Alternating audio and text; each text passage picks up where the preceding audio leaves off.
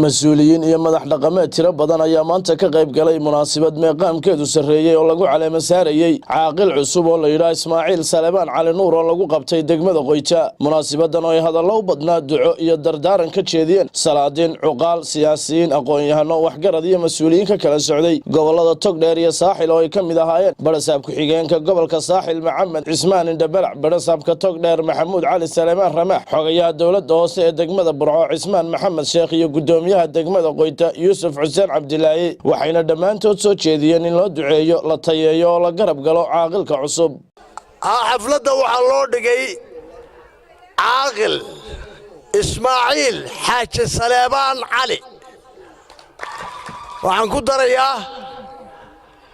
caaqil kaasi wuxuu bedelay ilaahay naxariista jannaha ka waraabiye علي جامع حسن oo bari dhawayta geeriyooday in ilaahay xilka u fududeeyo oo noqdo kii dadka anfaca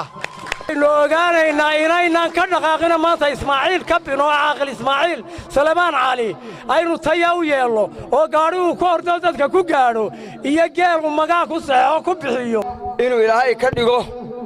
kii lagu caaniyo nabad bamaalo macanaya Axmed Xasan waliba niyadiisa galiyo inuu caaqil u yahay caaqil kasto oo Axmed Xasani degmadan dooratay ee Axmed Xasan beeshan doortay Axmed Xasan iyo gaashaanbuurtoodana waxaan ku waalinayaa koleba reer waqooyigu way isku itaale waynu dooranaa jiif iyo suldaan iyo caaqil laakiin aad iyo aad uma fooshiyeedayno mar Ismaaciil Salebaan Cali waa caaqil xafladan loo dhigay xoolayn lagu xooleeyo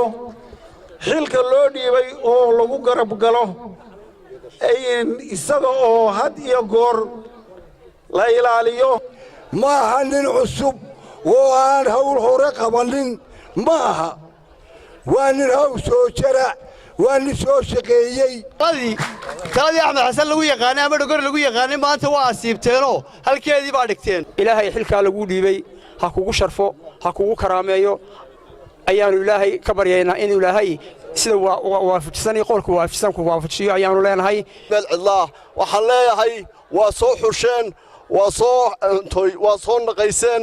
waana qaana waa nin karti leh waa nin aqoon leh waa nin aftahama caaqilnimada lagu saaray waa xil weyn oo reerku ku doortay halkeediina waa la dhigay sida haraba loo sheegay badigaad yareedad waa naga yareed waxa lagu oran jiray Sultaan Ismaaciil baan kuugu yeeri jiray soo caleema saartay ee keentay milgihiisa garatayna waxaan farayaa sidii raggii horeba ka hadlay waar mar hadda banaanka keenteen u garataan oo maanta waliba 100 halaad ugu deeqdaan jiseen xafladii waa qabateen laakiin wuxuu yiri Allah habarta sillaas waa daaxan ku raaxaa buu yiri Xaaji Salebaan Cali Nuur waxaan u sheegayaa beelaha Soomaaliland dega dhamaantood xukuumadda Soomaaliland golayaasha qaranka sharci dejinta hay'adaha maxalliga iyo kuwa caalamiga ah inuu yahay caaqil la isku raacay in badan la soo xulayay 120 oday ay u fadhiyeen 7 cisho soo xulistiisa oo yahay muttafaq calayhi Ismaaciil waa nin reer Cali Nuuro family caan uu ka soo jeeda waa la wada garanaya marka labaad waxaan idin sheegayaa caaqilka anigu gaar waxaan u wada shaqaynaynay muddo 20 sanadood ku dhowdhow marka caaqilka shaqada badan ee naga dhaxaysay ee aad iyo aad u farabadnaydaan halka ku soo koobi karayn aad iyo aad baan runtii ninka ugu sad kordhiyay meeshan nasiib waxay u leedahay xuqaasha in lagu doorto cabdi rugdhe uu fadhiyo waa suudaankii waa caaqilkii ugu horeeyay ee maanta waa chief uu gudbay waxa weeyaan waa halkii lagu doortay caaqilnimadu way hawl badan tahay dadku sidii hore maaha xuqaasha uma dhaga nugla wax walba waa lagaga cararayaa dhib baa haysataa ilaahayna waxaan uga baryayaa inuu ilaahay xilka ku asturo caaqil Ismaaciil Salebaan Cali Nuur oo gabagabadii munaasabada caleema saarkiisa kelmad ka jeediyay ayaa bulshadii ka soo qayb gashay caleema saarkiisa ka codsaday in loo duceeyo lana gacan siiyo waxaan leeyahay xilkan la doortay waxaan ka ballan qaadayaa oo aan ballan qaadayaa inaan dadka ay doortay ku dhaqo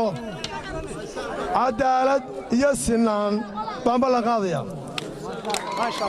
waxaanan idinka codsanayaa xilkan lay doortay inay igu ducaysaan si ilaahay igu fududeeyo mar kasta oo xil yimaado haddaanad ilaahay la wakiilan waxba qaban kari mayse waxaanan idinka codsanayaa ina gacmaha isqabsanno oo aynu noqonno qaar gacmaha is haysta si ay danteennu ay u fusho. Ismaaciil Salebaan Cali oo degmada Qoyta lagu caleema saaray ayaa ka mid noqon doona cuqaasha iyo madax dhaqameedka gobolka Togdheer. Mustafa Cismaan, magaalo telefishinka qaranka Somaliland, degmada Qoyta.